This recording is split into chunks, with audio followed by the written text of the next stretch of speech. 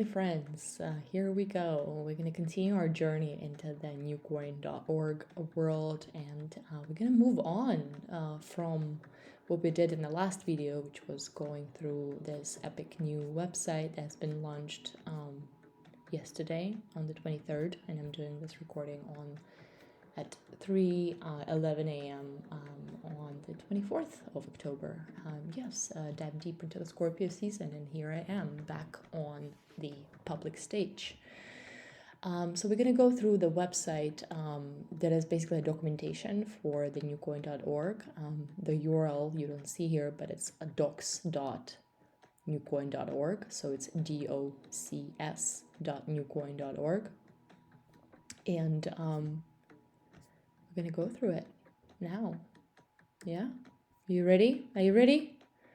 Powered by Gitbook. Interesting. I didn't know that, that's the thing now. And I like it. It feels very educational. That's all I can say. So this kind of content is intended for usually more technical people. And I am considering myself a bridge between the technical teams and the completely non-technical human beings. And I have to say, it really feels extremely vulnerable for me to share that I didn't know what staking was deeply, and I had to question and keep questioning that when this word was being used on the Newcoin website. But, the Newcoin website is also targeted, I guess, for the investors. And I do argue that the term investors should not be used for people who are buying cryptocurrency. I think it should be like buyers or, just like human beings. I generalize that because I'm not thinking like as an investor so much. I'm thinking as a person who creates or supports rather systems and creates narrative around what the new reality is going to look like for us as human beings. And I do believe that the blockchain technology is one of the key factors in organizing our society in a way that is decentralized, that is based on trust.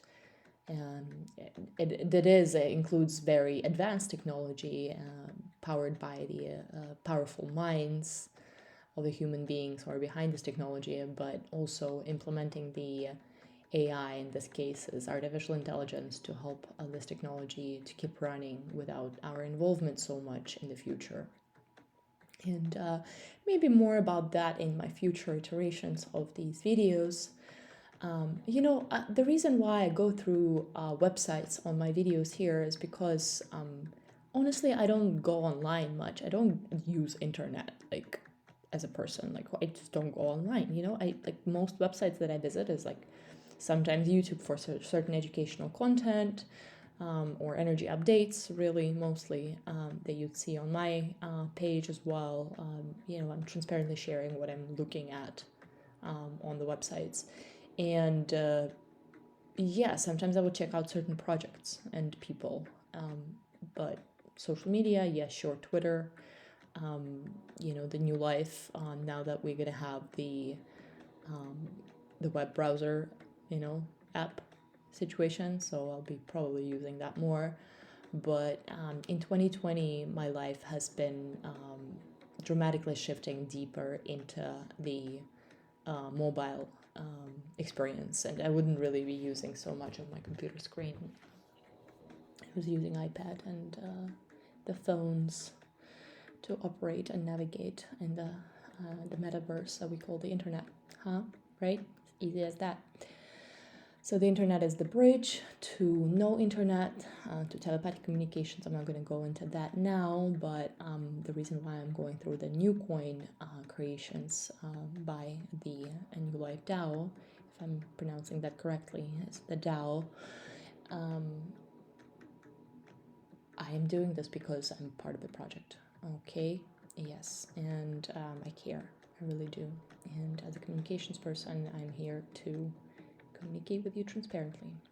As the initiator of the balanced DAOs, I'm here to really see what this whole organization is about. And we're going to go deep down into the rabbit hole of the newcoin.org documentation, just so that we can make sure that we understand what we are seeing. And if I'm not understanding something, I'll be very clear about it. I did study and did my homework and looked up what that staking was, and was basically energy efficient use of proving that blockchain transaction is valid, if I'm understanding that correctly. And it's much more efficient than using the mining or proof of work that's been used by the OG coin that we all know and cherish and grateful for.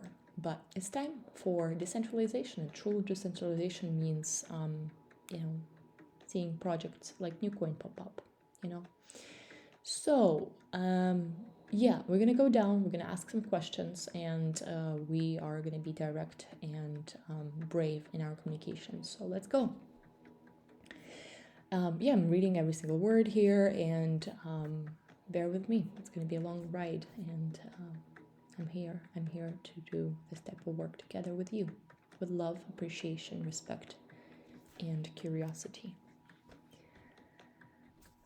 So Newcoin, a creator-first decentralized social graph. So what do you mean by social graph? Is that a way to see the social structure in a graph, in a graphic? Is it a system that is putting the creator first? I would like to know more what you mean by social graph. That's all. Okay, the Newcoin protocol reinvents social creativity by embodying NFT, DAO, and DeFi stake pools natively at the core of the highly scalable and cross-chain protocol, empowering creators and app developers. T. I love that cute little T in the end. I think it's really nice. So what do you mean by stake pools? Still, again, I looked up what staking was, but still I'm not fully understanding what stake pool is in relevance of the NFT, DAO, and DeFi. And was the different, is a DeFi stake pools is separate from the DAO and NFT? Or there is an NFT stake pool, DAO stake pool, and DeFi stake pool? That's something that is super unclear for me still, even though I do consider myself semi-educated on the ways blockchain technology works these days. I can't believe I'm still feeling so embarrassed, even after attending all these crypto conferences and communicating with all these great minds of building the future of what's to come in the crypto world. I'm still wrapping my head around the language, and that's okay. It's fine. As long as I'm honest and open about this with you, I think transparency is what we need right now more than ever, right? Respect and transparency. Social networks are the ultimate creative playground, and it's time to redesign the rules of the game. Do we even need the rules? But that's the question that doesn't need an answer yet.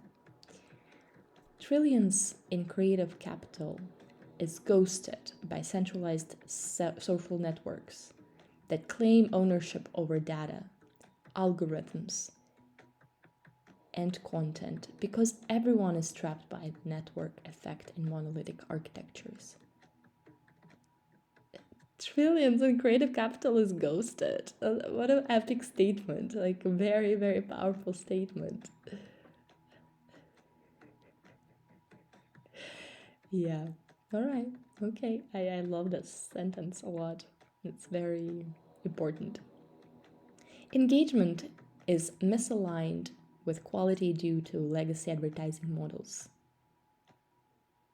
Misaligned with quality.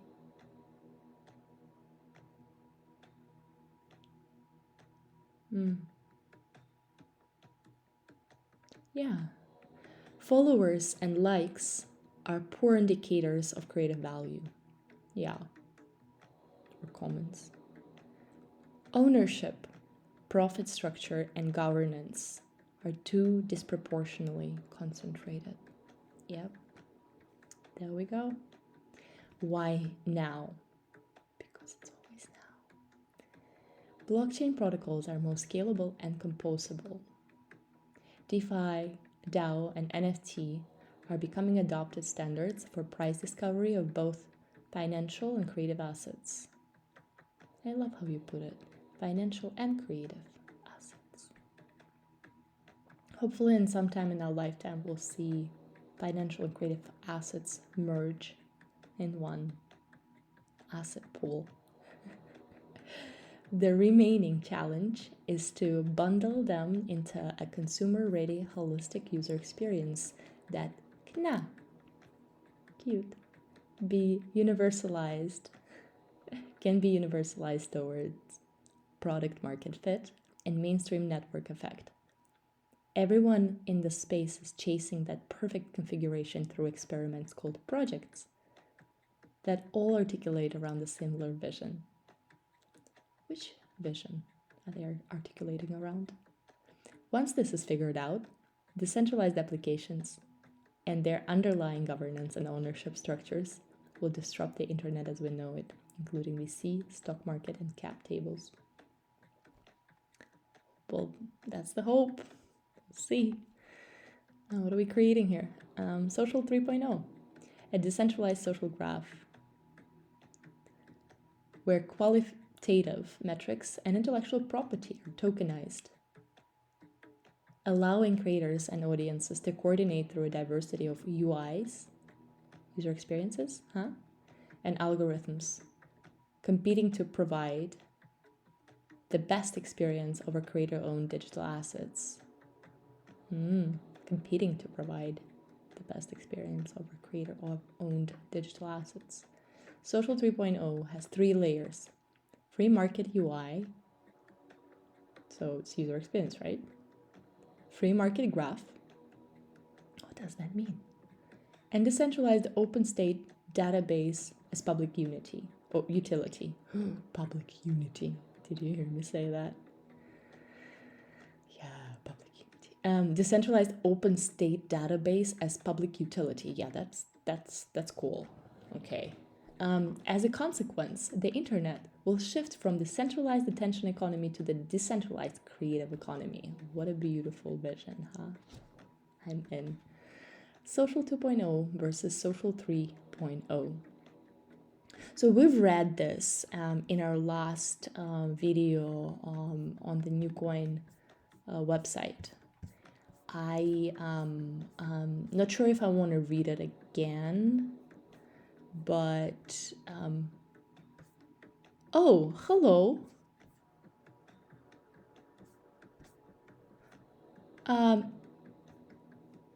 What I'm seeing here is actually funny. Yeah, it was just this is a typo. It's supposed to be the creator here, not the user, because this is what it is here. Oh well, I thought that was all changed so fast as I posted that YouTube video. You know, they already like changed it on this website, but no, I was right. It's just a typo there. Okay, so the thing. Okay, let me try to explain this to you as I'm as I'm looking at this for the third time. Yes, for the third time. So the difference between the social 2.0 and social 3.0 is that in the social 2.0 there are no lines between these three, while in social 3.0 there are lines here separating the UI algorithm database. I'm kidding, but this is funny because I'm still not understanding what that means, why these lines are here. But no, in social 2.0, UI basically, the user experience belongs to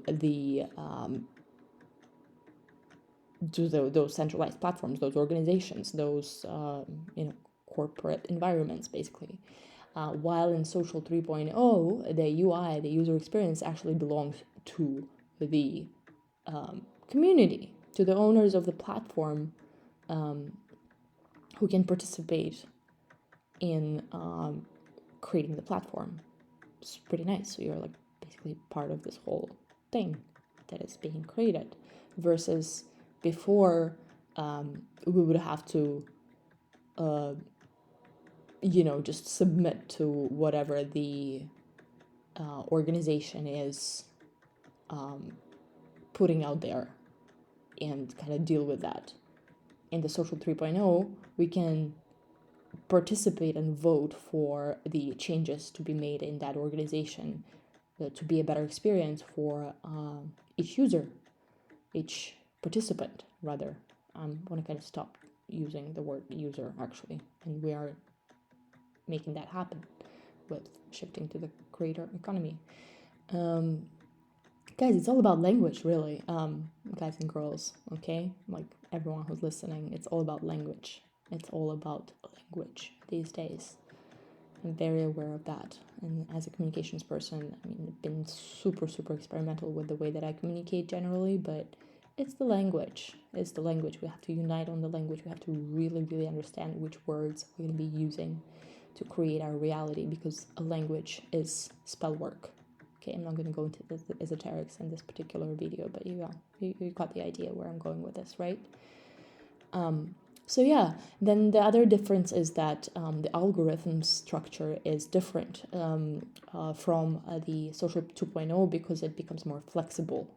The algorithm becomes more like plug and play type of algorithm, if I'm understanding this correctly, and not like this huge like structure that if you change one thing then it's going to collapse or something. Maybe I'm completely misaligned here, but that's what I'm seeing visually when I read monolithic versus composable architecture of the algorithm. And then we have the databases, and the databases are basically open source databases for Social 3.0. It's pretty cool. I don't know if it's like open source or open state rather, right? The difference between the source and state, I guess, is significant because you don't want to really change the source, but you can change the state of it, and then make adjustments in the source if you need to, I guess. If again, I'm not overcomplicating that, but the database in the Social 2.0 is like just content and data, and it's like all owned and operated by the company and not really the creators of that content, right? Beautiful, really, really simple and beautiful changes. So from monolithic to composable architecture, and each user becomes a creator. Yeah. So in the past, we got those users who were literally giving away their data and content for to basically pay with their data and content, the fact that they're using the platform. Now the creator will be owning their data and content and will be receiving royalties on the fact that they're epic creator, right? If they are. So that's that. The question is like, are you an epic creator, and what does that mean? We're gonna go into that in some other video, I guess. Reviewing my content. Okay, so post versus NFT. It's a really beautiful thing, really. The whole substitute of the word post into the NFT word, which I hope I don't need to translate to you guys, but it's the not fuckable with Natalia.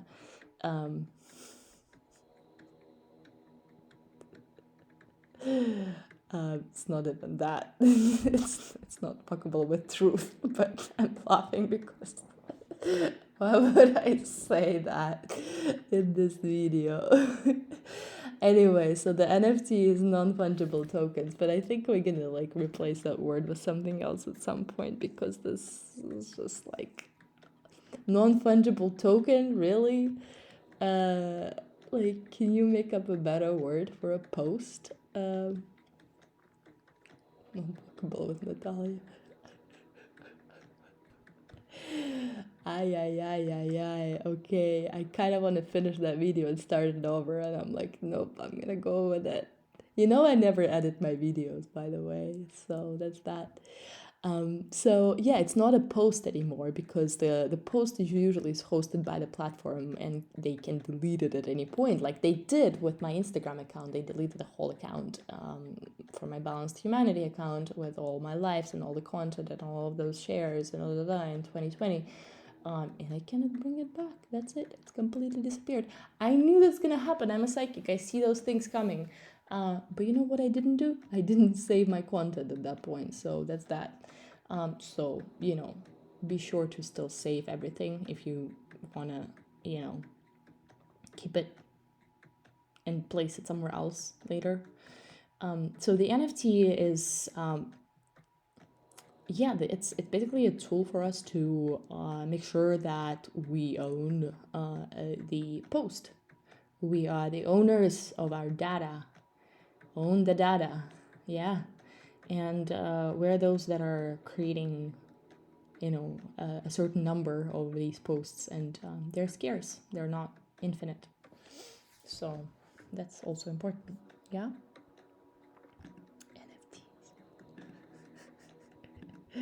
I'm laughing because this word has been such a big deal. There's so much energy in that word in the year 2021, and I'm like, it's just the beginning. And then are we gonna really market it as NFT, or is it gonna be just like a fad that we're gonna rename it and just say it's just a piece of content that is really epic, that is on chain? Anyway, we'll see. We'll figure it out. Human beings, we will. Our language. Yeah, and then the difference between the followers and patrons, which I feel is really, really cute. So the followers are no longer going to be there, right? Because in New Life, we don't have the followers. We have creators and curators, and creators are curators, and curators are creators, and we're all just interacting with each other, but we're not following each other. And we don't really care about the numbers of these followers anymore because they're no longer relevant. But what we care about is the patrons and how they interact with the content. I'm still very unclear, though, in regards to the NFTs, how the patrons stake tokens, how they're staking those NFTs. What is the way that they do it, and attach value and scarcity to curation. Are we doing it by using our time going through content through the NFTs? I hate calling. That's why I'm still very not interested in calling the content on New Life, for example, as NFTs, is because it's more than that. It's a piece of my consciousness uploaded on the node, and yeah. Anyway, so yeah, patrons and not followers. Okay. So patrons become active participants of the value creation, right? And then likes versus tokens. Yeah, so look, the question I have still for you is that tokens versus NFTs. The NFT has the token inside of this term, non-fungible tokens. So what's the difference between the stripped down tokens and the non-fuckable with tokens? Yeah. I don't know. But it says that tokens are scarce assets, which can be used for trading, staking, and governance. If I have 122 posts that are NFTs on my account, and I have 22 nodes left, does that mean those nodes are tokens? And can I trade them and use them for governance. But what if I have 144 NFTs minted and 0 tokens left? I don't have any governance tokens to use, and I do need to like remove the NFT first, which is like burn it to get a token back in the form of a node. So that's something I'm still unclear on. Now, the likes are indicators of engagement, tell very little about quality and value, for sure. So the likes are no longer relevant, even though, in the new life environment, we can express our appreciation of the content that we're observing by voting for the content in the percentage range from 0 to, or from 1, or 5 really, to 100, 100 being the deep like, which is possible to repost on our own feed, or rather not feed, but a homepage under a certain tag that is a mood. I'm not going to go into the architecture of new life right now, but you got the idea. It's a different type of environment, okay? Yeah, enter the new coin protocol.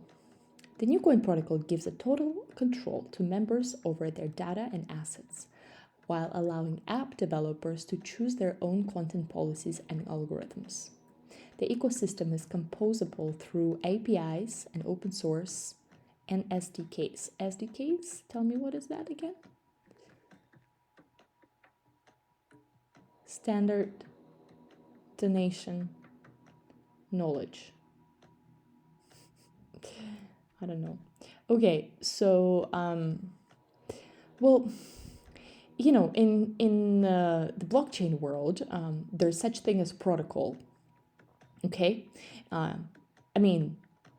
if I understood it fully, I would be able to tell you, and I would just like pass by this whole sentence, but I don't fully understand it, so let me read it again. The new coin protocol gives total control, so it's like a coding mechanism in a way. That's what I'm getting from it. Total control to members over their data and assets, while allowing app developers who will be using the protocol, as I'm assuming, to choose their own content policies and algorithms, which is cute. You can create your own coin based on the new coin protocol. And that's something that would be a nice thing to try to create for balanced culture and, do the whole DAO situation properly. The ecosystem is composable through APIs, meaning the integration code, the integration bridge code, the code that bridges different systems, right? Open source, so the ecosystem is composable through the open source, I'm guessing, code, and SDKs, which is a mysterious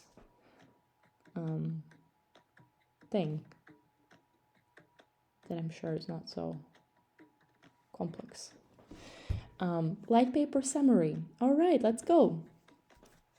The new coin protocol natively embeds NFT, DAO, and DeFi standards, placing creators and their intellectual property at the forefront, removing intermediaries and focusing on value. All right. The white paper will introduce the design principles, protocol, and smart contracts powering the new coin protocol. Where is the white paper? Where is the link to white paper? Check this 2-minute video to get a broad idea about new coin and social 3.0. I guess this is the video that we're creating right now.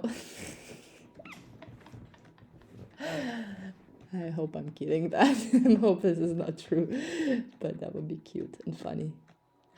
Key concepts. And that it's linking us to key concepts with this tag. Okay, let's go. Key concepts. Username systems UNS, which is the username systems. there's this house situation happening here. There's infrastructure fee that has the sale name on the department store image. Office building department store. It's cute. Then there's the tokenomics, which has this like input symbols, okay? And then NFT creative licenses, which has the paper page facing up kind of situation, and composability, which has the orange round circle. Yeah, round circle it is. I'm so surprised that circle is round, but that's how it is. Okay, let's go. Username systems UNS. Ooh, we have a lot of text. Are we ready? Oh, we are so ready for that. Oh, I'm so excited about that. That's like a whole representation of what I've been building with my the reflection accounts. Yeah, right. So the new coin network is tokenized through NFTs that represent units of ownership of the decentralized computer that can be purchased by its co-owners. Cool. So the units of ownership can be purchased by its co-owners. Well, if they already own it, then how can it be purchased by them? Am I reading it wrong? The new coin network is tokenized through NFTs. So how can it be tokenized through tokens? Because again, NFT is a token.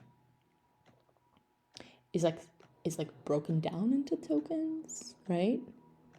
Or represented by the tokens, but now it's like represented units of ownership.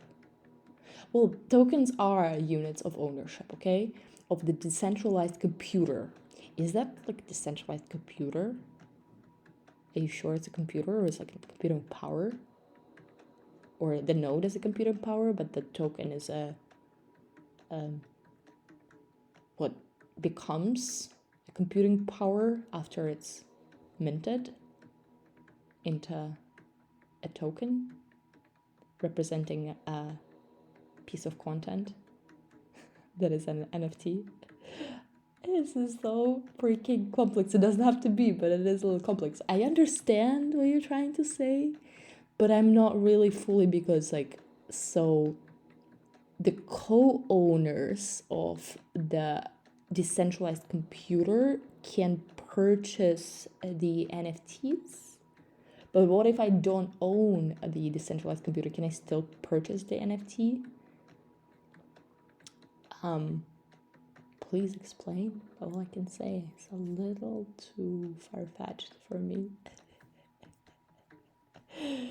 In order to sell real estate on the platform, users need to acquire a license by staking NCO, just the new coin ticker, into the infrastructure pool and receive validation from the new coin platform DAO. Okay, so in order to sell real estate on the platform, like nodes, you mean? Users need to acquire a license by staking a new coin into infrastructure pool and receive validation from the new coin platform DAO.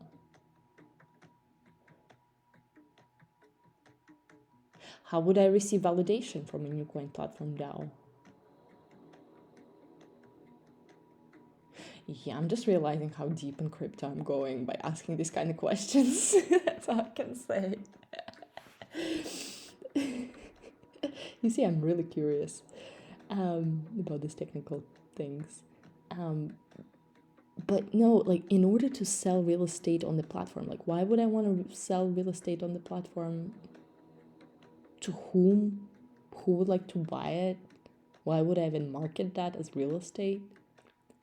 Is that, again, nodes that we're talking about? Or it's not connected to the nodes because we're not talking about New Life here, we're talking about the new coin platform DAO. Yeah, I have no idea.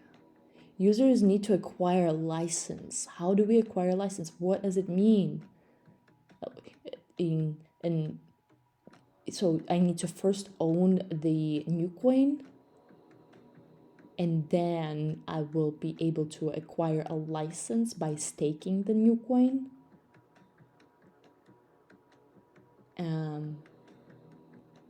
And what would require to receive validation from the new coin platform now? What would be that principle? Like, even asking those questions is very, it's like yoga for my brain. I'm really inspired. Look, it's 3:46 a.m. and I'm doing it. I'm not stopping. Account issuer license. With an account issuer license, a new coin member can create accounts for new users to join. App developers are the main target for account issuance accounts. Okay. But it's not mandatory, and anyone who purchases a license with approval from the DAO is allowed to register new users into the NewCoin blockchain.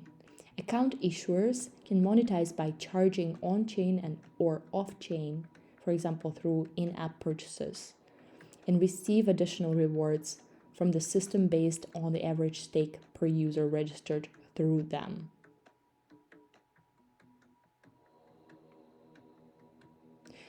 Yeah, no, I still have the visions of the new life. But I guess, again, like, what we're talking about, is new life being the first sample of what is possible to build on the new coin platform DAO. Am I right? Is that the correct way to put it? Tell me. That would be epic if I got it right. I would be very proud of my way of understanding this. Name extensions. In order to be easily memorable, each public key on the NewCoin blockchain will have a username under an extension. For example, alice.nco.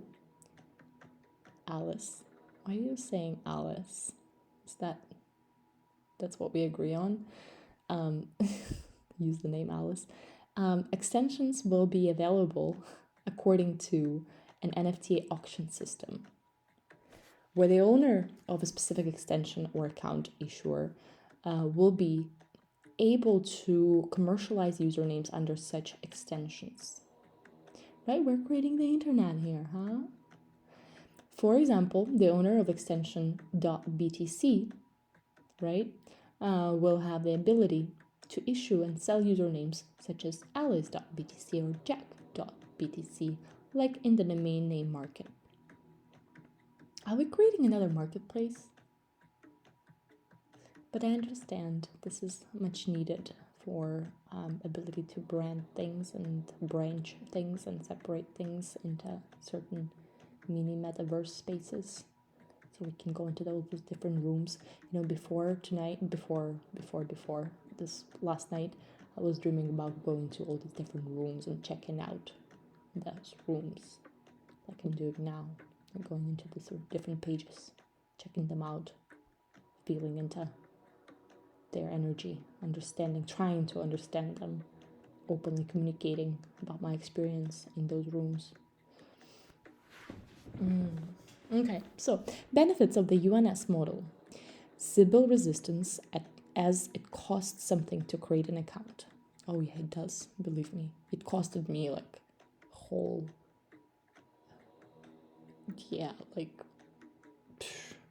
way of handling the database, creating all those accounts, believe me.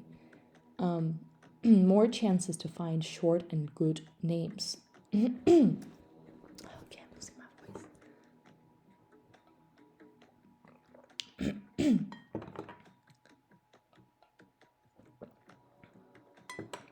Okay, short and good names. For example, if alice.lol is taken, there is still going to be alice.nco or alice.luv available.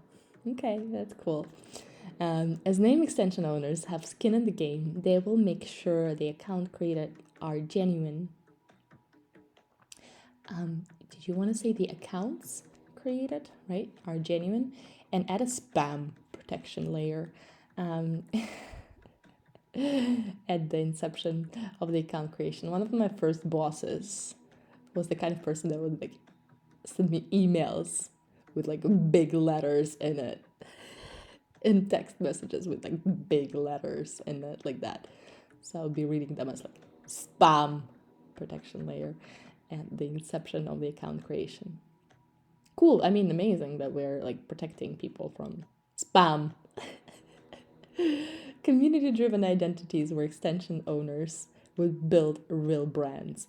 What makes a brand a real brand? And what is real, anyways? Okay, I'm gonna give it back. And would be selective as to who would register usernames under their brands. Yeah, would be selective under to who would register usernames under their brand. That's right. I'm in. Okay, next. Infrastructure fee. Oh my god. Oh, this is the energy I get when I see graphs. Just yawning. Okay, NCO slash USD price bonding curve. Since all the prices for the infrastructure fees are expressed in NCO, which is relatively volatile asset. I would argue, I don't think it's a volatile asset. Be careful how you use words. We will apply a price stabilizer. Do you think the USD is a price? Oh wait, no, the price stabilizer that takes into account the exchange rate. That's what it is. It's the exchange rate. NCO slash USD and mitigate the price increase while still taking it into account. Okay, bonding curve formula, purple line on the diagram. Purple line, I appreciate that color choice. Price equals G multiplied by LN in parentheses X slash N. I'm not gonna read that. Okay, so we got number one is price. Then the G is gate price and NCO tokens at setup. Then N is NCO price at gate setup. Then X is current NCO price. And then there's like this price and token. And then this formula that we looked at.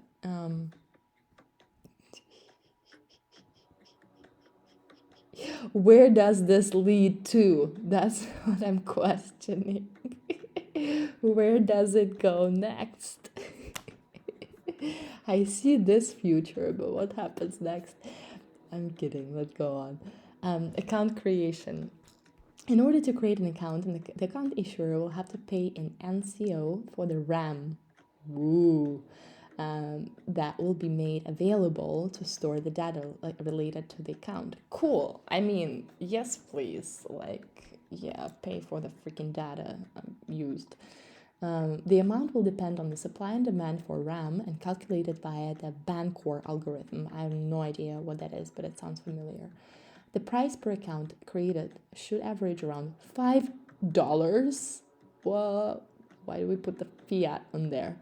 And the cost can be supported by the app developer, the account issuer, or the account holder.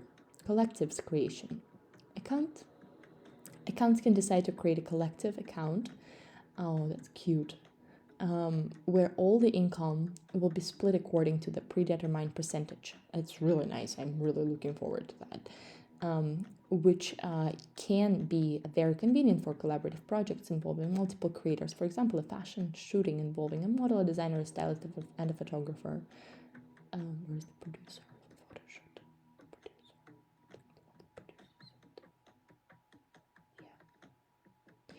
All right, NFT minting. The minting of NFTs will depend on the amount of RAM required based on the amount of metadata stored on chain for each NFT and will range between 0.01 and up to $5 for the RAM intensive assets. RAM intensive assets. Well, wow, right? Does it mean those screenshots that I posted are very RAM intensive? Oh, the videos definitely are, those 4-minute ones. Transaction fee. Each account will receive a quote of 8 free transactions per day, which means absolutely no gas fees for transactions. Beyond that, free per account quota packages will be provided upon staking.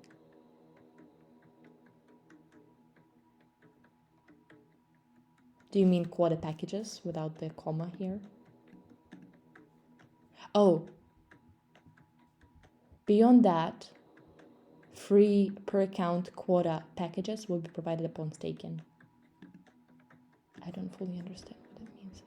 Free per account. Okay, cool. We're gonna get some free transactions.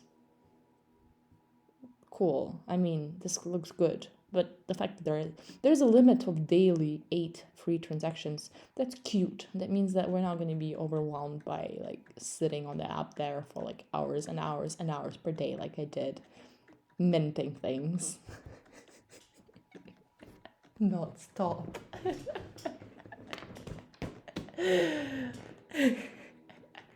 Like printing that money. Like there's no tomorrow.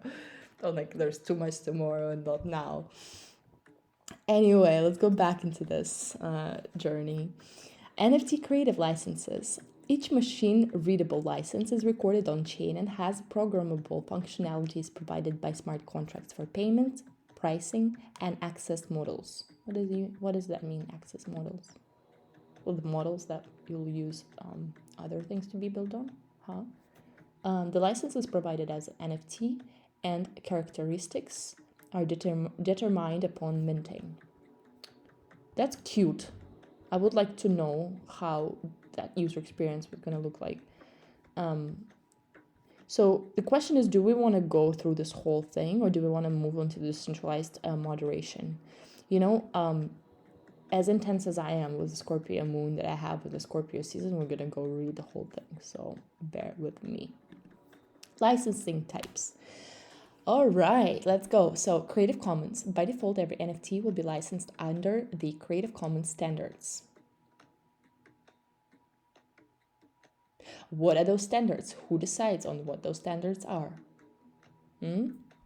Territory. The license can be allocated on per country basis or worldwide. I don't agree. Let's not put the countries on there. But I understand because of all the infrastructure and all the governance systems that we have. But no. But how about no? How about not? How about just being the worldwide thing? Because the internet, right? So I'll argue that point over here. Time. A license has a start and expiry date. What about if it doesn't have an expiry date? What that would mean and look like? Exclusivity. A license can be exclusive or non-exclusive with a defined or unlimited amount of licensees. That makes a lot of sense, but also it complicates the whole thing even more. But okay, I get it. Kind of like back into my retail world age of sales and buying and figuring out the exclusivity for each client. No, not fun. All right, manufacturing rights. A license can provide manufacturers the right to produce and sell designs provided by a creator. Nice, of course. Machine learning training. A license can allow machine learning producers to use the dataset to train a model and run algorithmic operations. Okay, that's really nice. If we can be so transparent, that would be admirable. Stock asset. A license can provide rights to use media as stock photo, video, or any other format. Nice. Media access models. Download. File can be downloaded and used on any device. Display. File can be consumed through APIs and UIs. Decryption. file is decrypted by private key mechanism. Pricing models, bonding curve, price. It's funny how I read it. Bonding curve, price based on Oracle and on chain events. What do you mean Oracle? Is that me? Price based on Natalia.ai. I'm in. That would be fun. Auction, price based on highest bidder. Fixed price, license price defined by licensor. Okay. Payment options, one-time fee. The licensee purchases one NFT that is paid paid once and grants the licensee until expiration date. Tired! I am tired. We're getting close. It's okay. We can do this. One-time fee. The licensee purchases one NFT that is paid once and grants the license until expiration date. Inspiration date. Oh, that would be nice. Okay, I'm gonna go into the place where I laugh. Inspiration date.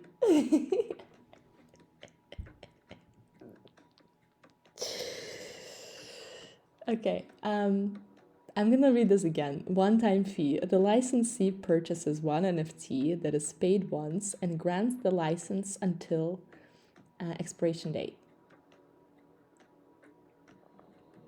So if I'm purchasing an NFT as a licensee, I'm only paying for it once, and there's going to be terms. Okay. Recurring fee. And the licensee purchases one NFT per number of days. Staking. The licensee needs to lock number of the creative content. Is that Creative Commons? Creative content dollars. Is that? Yeah. Lock number. Yeah, that's why you need more of an outside view to just make sure that I'm following you. That's all. Decentralized moderation. All right, there's nothing there. Just cute. And then there's this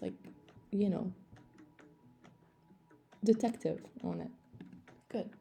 I'm just happy I get to read less. Composability. Are we ready to go further into the game?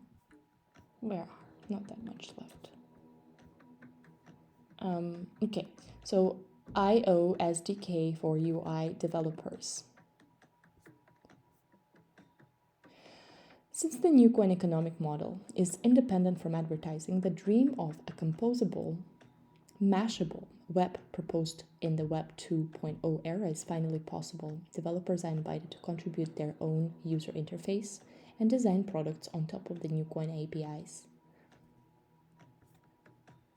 So we got the tooling growth, and we got the app ecosystem growth, and we got the new coin on the app ecosystem growth, and then the new graph on the very beginning of the new coin. And then we got the new live.io, we got the UCI, Universal Creative Income, then we got the new .finance, which is a new thing for me. I haven't seen it, and let's look.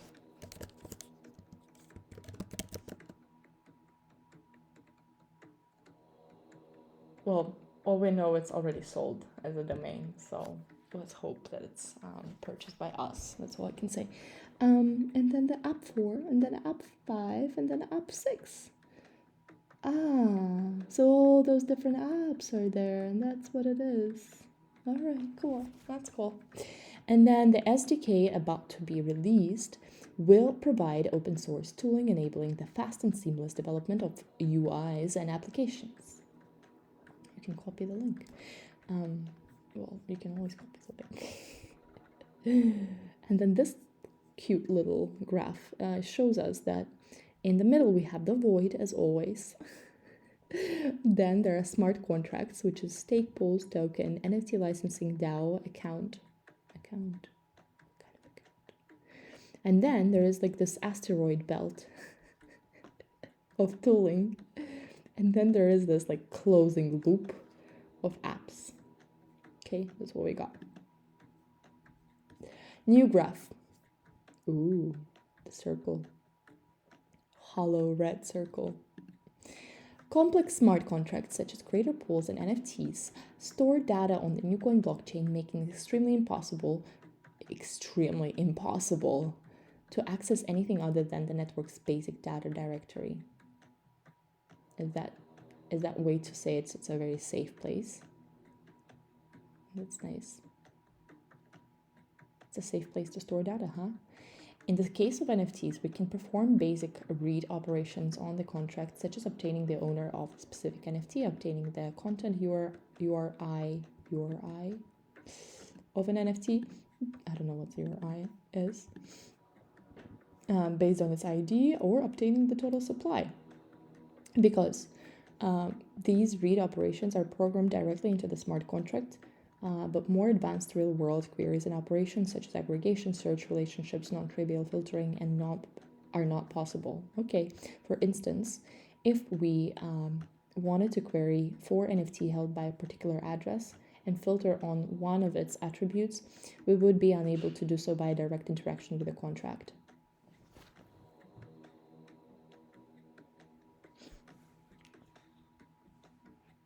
That's good, I guess. It makes it safe, huh?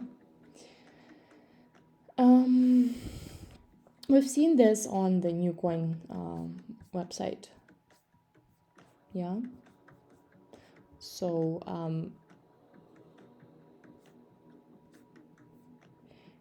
what we're seeing here is ways of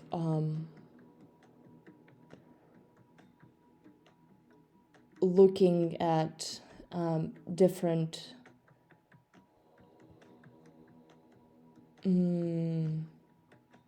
applications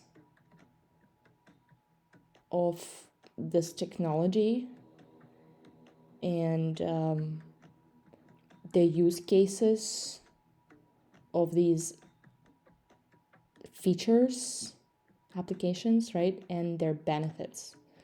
So we have the agents, which is the human or bots participating in the ecosystem. So the cool thing is that the humans and AI can coordinate and arbitrate their creative value, which is really exciting. And then we got the IO SDK, which is the UI client to input, output, and display assets such as data and NFTs. So like the New Life.io app, where creators can coordinate and provide feedback, and then it provides the instant onboarding progressively towards a full crypto experience.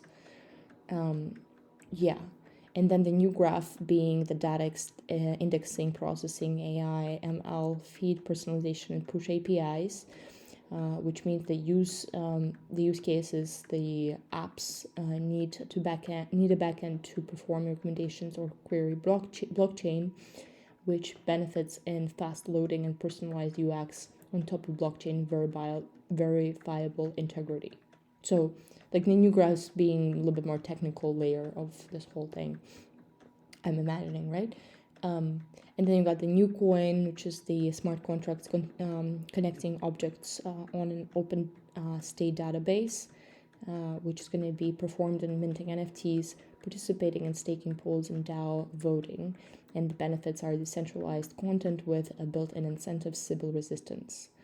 And then we have the bridge. The bridge being cross-chain mechanisms allowing assets to flow between blockchains, which will be used in DeFi users from other protocols lend to patrons on the Nucoin protocol, and the benefit will include that liquidity for Nucoin patrons and yield for DeFi investors from other chains. So it's like, is that interoperability? Is that the definition of interoperability? I'm imagining that could be, huh? To obtain this data, you would need to process every single transfer event that has ever occurred read the metadata from IPFS. I don't know what IPFS is, but I definitely know that it's a very technical term of the internet, right? Using the token ID and IPFS hash, and then aggregate it. Even for these seemingly straightforward inquiries, in an app running on a browser would require hours or even days to respond. Oh, all of this data takes a lot of time to inquire, right? You could alternatively create your own server, process transactions there, save them to a database, and then add an API endpoint to access the data. This solution, however, is resource heavy, requires maintenance, introduces a single point of failure, and violates critical decentralization-related security features, right? Indexing blockchain data is a time-consuming and challenging task. Blockchain aspects such as finality, chain reorganization, and unclad blocks. What does that mean? Further complicate this procedure, making it not only time demanding but also conceptually challenging to extract accurate query answers from blockchain data. NewGraph addresses these issues. I guess there's like multiple issues there, but this issue by indexing and enabling fast and efficient querying of blockchain data. How? Tell me. How does that do? It also provides a framework for AI and ML capabilities, but it's funny how it's a capacity as well, to be provided through bot services. Oh, so that's what makes it different, right? The bot services. Am I correct? For example, providing relevant content feed recommendations to users without having to develop everything and with a broader awareness of context from multiple apps. That feels really fun and good. That's all I can say. Let's move on. I think I understood about 88% of what I just read there, but that's okay. I can pass through that understanding mark. Smart contracts can be queried directly without necessarily using any of the components provided below. Developers have the flexibility to build custom code and optionally contribute to the open source SDK. Super dope knowledge. That's what it is. Unlike general purpose smart contracts platforms, the Nucoin protocol provides node validators with a list of whitelisted smart contracts. Okay, we're going to go into the whitelisted smart contracts. Account creation and UNS contract. United Natalia States. Cool. The smart contract is reserved to a licensed participant in the blockchain. Hello. Licenses can be obtained through staking and vote by the DAO. It enables account issuers to onboard new users to the Nucoin blockchain by generating accounts and usernames. Social NFT licensing contract. The smart contract enables the minting of NFT assets, which can be owned by one or multiple creators, who will be entitled to programmable royalties according to each transaction. Great. Pool contract. T creator pool. T creator. The creator pool contract generates and manages operations related to the issuance of the XGC and XCC tokens, set exchanges, where they are non-transferable and can be redeemed for NCO with the creator on the creator pool. It includes the bond and curve automated market maker, which mints and burns creator and community coins. Oof. Yeah, no, I'm understanding like 44% of this. But maybe because I'm tired. But also, it's hard for me to really understand the pool concept so much. Because I just don't have the image in my head what it looks like besides like actual, swimming pool or money pool. It also turns any pool into a multi-sig micro DAO where token holders can vote smart contract enabled decisions. Like, I mean, that feels very important to understand. So I would like to have a little bit more of like depth of understanding of this. And I don't know what kind of questions I should ask. I guess, what's the difference between the creator pool and a single creator? Is that a community of creators? Is that, like a whole photo shoot crew versus a model only, or only a photographer?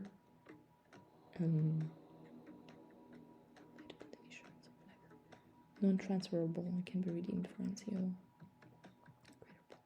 Who's the bonding curve? What is the bonding curve? Automated market maker. What is that? Which mints and burns creator? Something that mints and burns. That's all I know. Minting and burning. Yeah, no, let's move on, but like 44%, maybe like now 55, but still. Token and balance contract. The smart contract handles the transfer of tokens between accounts, which impacts the balance of each account for each token.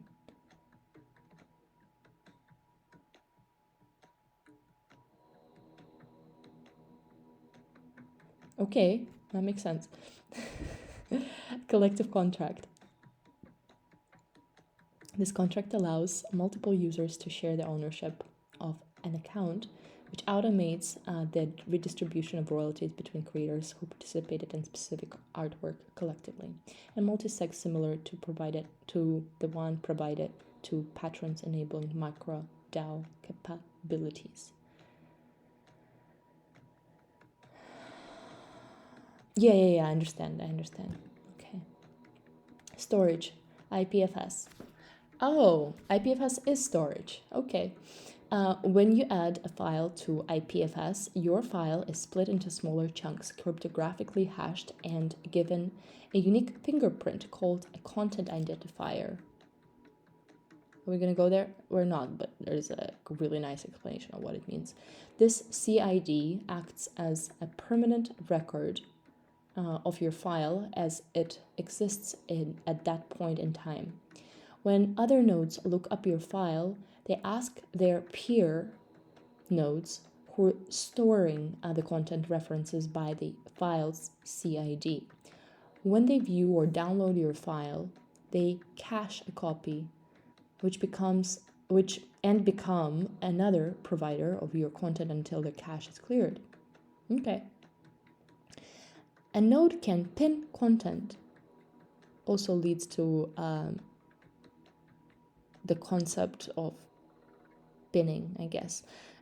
Pin content in order to keep and provide it forever, or discard content it hasn't used in a while to save space.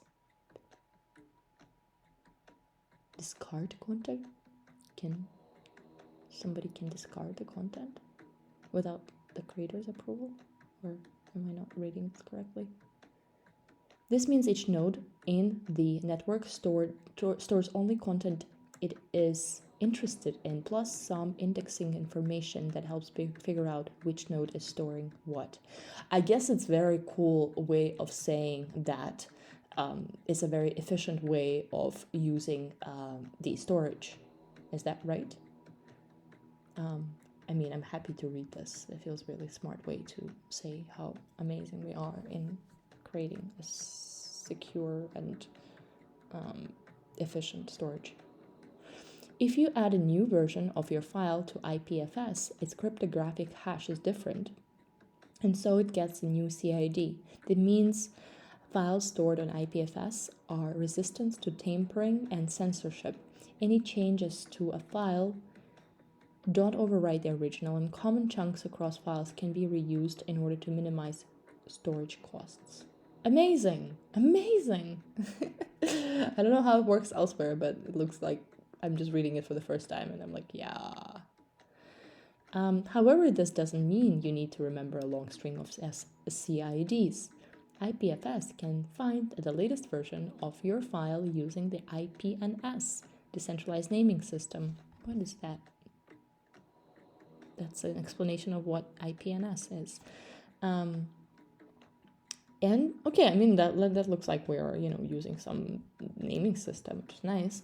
And DNS link, also definition of DNS link, can be used to map CIDs to human readable DNS names. Okay, human readable, good. Tokenomics. All right, we are on the next stage.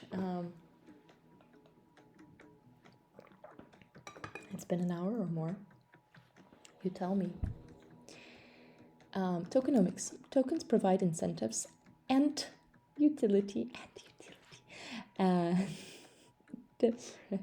I'm not gonna go into the laughing space. Please don't let me go into the laughing. Okay.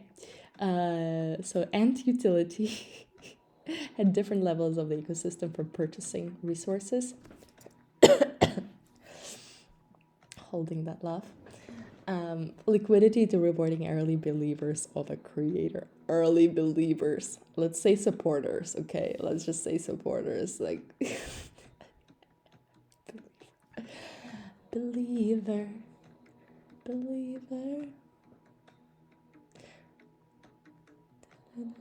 Okay. Oh my god. I'm realizing how much data I've just intaken for the past whatever hour and a half or two, and I'm still present and alive. That's a lot of love being shared here, a lot of attention. Just please recognize that. Let's breathe for a moment to acknowledge that.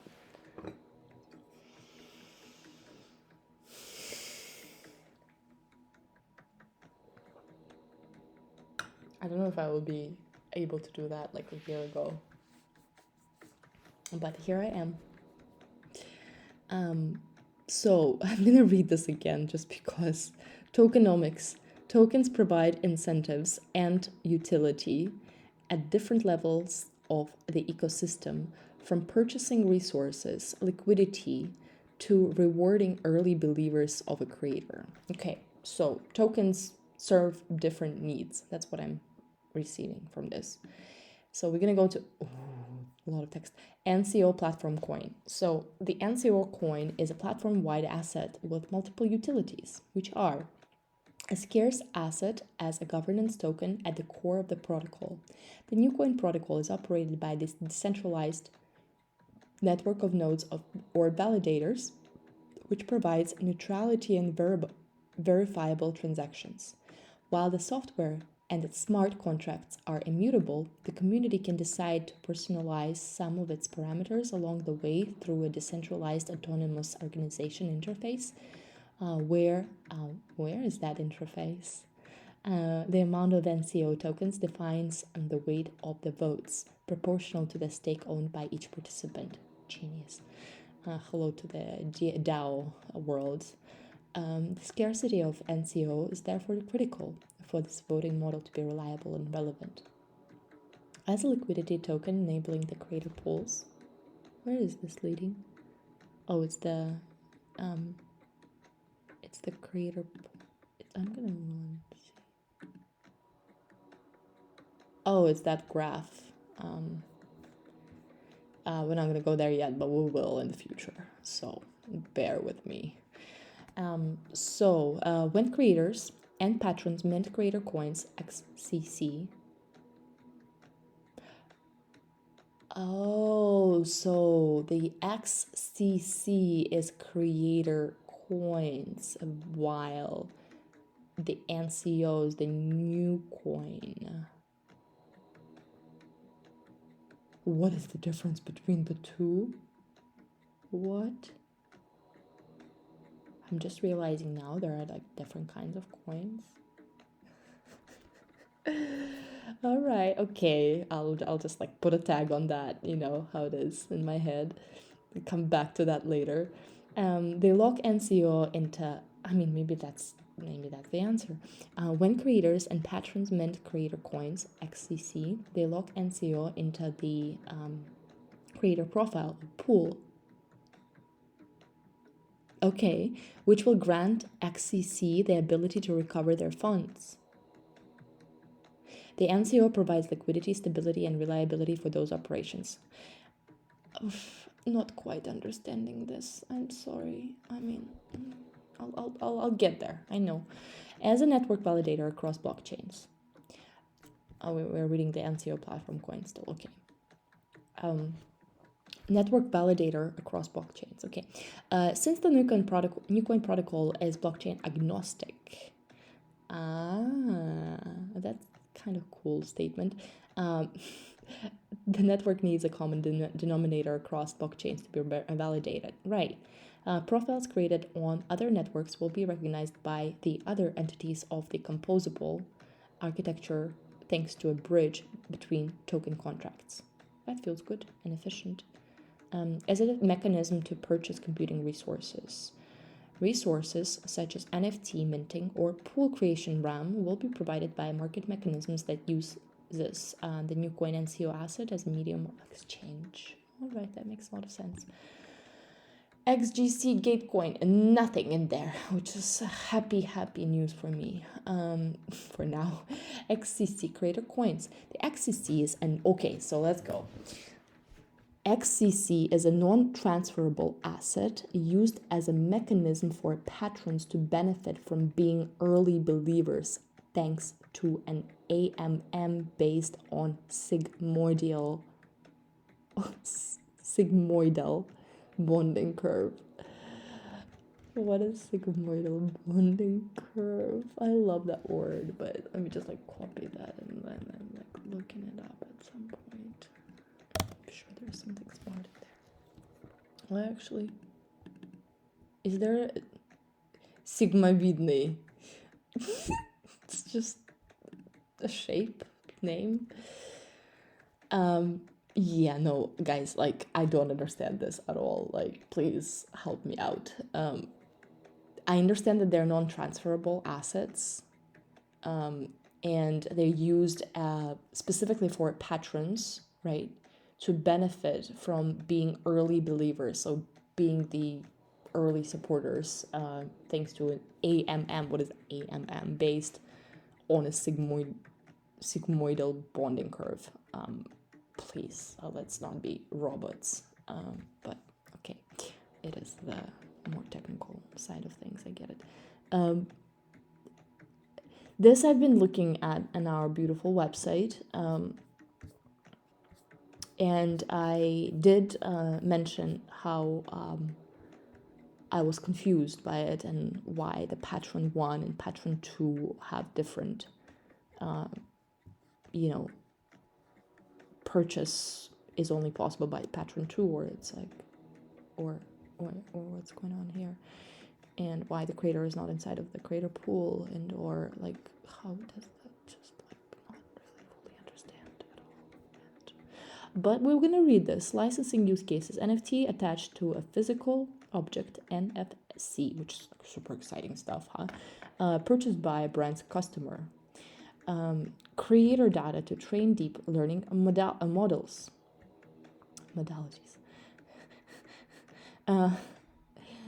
Rights to use a set of fashion photography on a magazine. Doesn't have to be fashion photography, but we get it. The intellectual property of a design or for a period of time and a territory. I don't think this matches this. Oh no, it's matching. I just forgot. Okay, got it. This makes a lot of sense. But what doesn't make sense again is the graph thing, and then this wording, and the ambition behind it is really nice though. I see it. All right, mechanism design. I think we're done with the tokenomics. Great. Mechanism design. We got the Sybil resistance. We got the power law resistance. We got the price stabilizer. So all of them have the link signs, but they are not linking to anywhere. I'm imagining it's because they haven't been created those pages yet, or they are locked for the public eye. Which, cool. That's fine for now. App developers, nothing in here for now. And creators is the good to know from the Gitbook. And then we're going to go into the customers, which also has the good to know from the Gitbook. And then we have the patrons, which is also not fully filled in yet. Then we have the collectives, and then we have the DAO, and then we have the Creative Commons, and then we have the solid. So, I mean, I do have a question of what the solid means versus... Oh, those are the standards. Oh, okay, those are the agents and use cases. Okay, so agents and use cases are app developers, creators, customers. Who are the customers? Patrons, collectives, and DAOs. What is the difference between the collectives and DAOs? Okay, don't know. And then the standards are Creative Commons, Solid, Open Graph, nothing in there, and IPFS. Well, cool. I mean, I've learned a lot of things that are new for me these days, and I'm very happy because, you know, I wouldn't be able to like receive even more data that I just received today so far in this page if there was more data on these, you know, on these sections.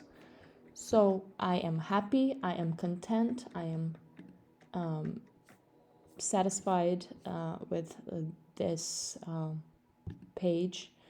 I'm putting the smiley face on it, and I'm leaving you all. I don't even know how to drop this video without dropping myself. Like, all I can say is good job providing all of this. I'm very happy. I feel educated. I feel upgraded.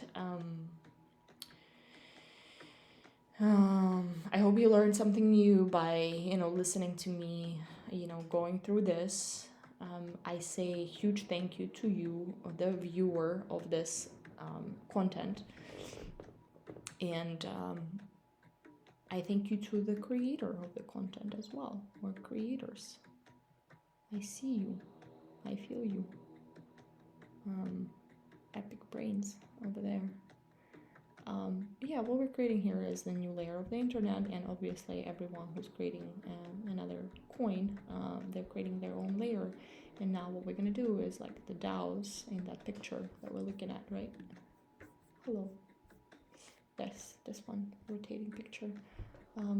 Yeah, we're gonna be, you know, we're gonna be vibing in our own way, and we're gonna be creating rhythm between each other's organizations, and you know, creating new ways of trade, new ways of feeling and seeing value in each other's work, and then at some point we'll transition to the no money systems. But between the now situation with the still, you know, the old money paradigm is still present, and with the digital money being deeply integrated into our consciousness, we will see that digital money being that bridge to unconditional trust, deep exchange, and yeah, no money systems, which I believe in our lifetime we'll experience sooner than we think.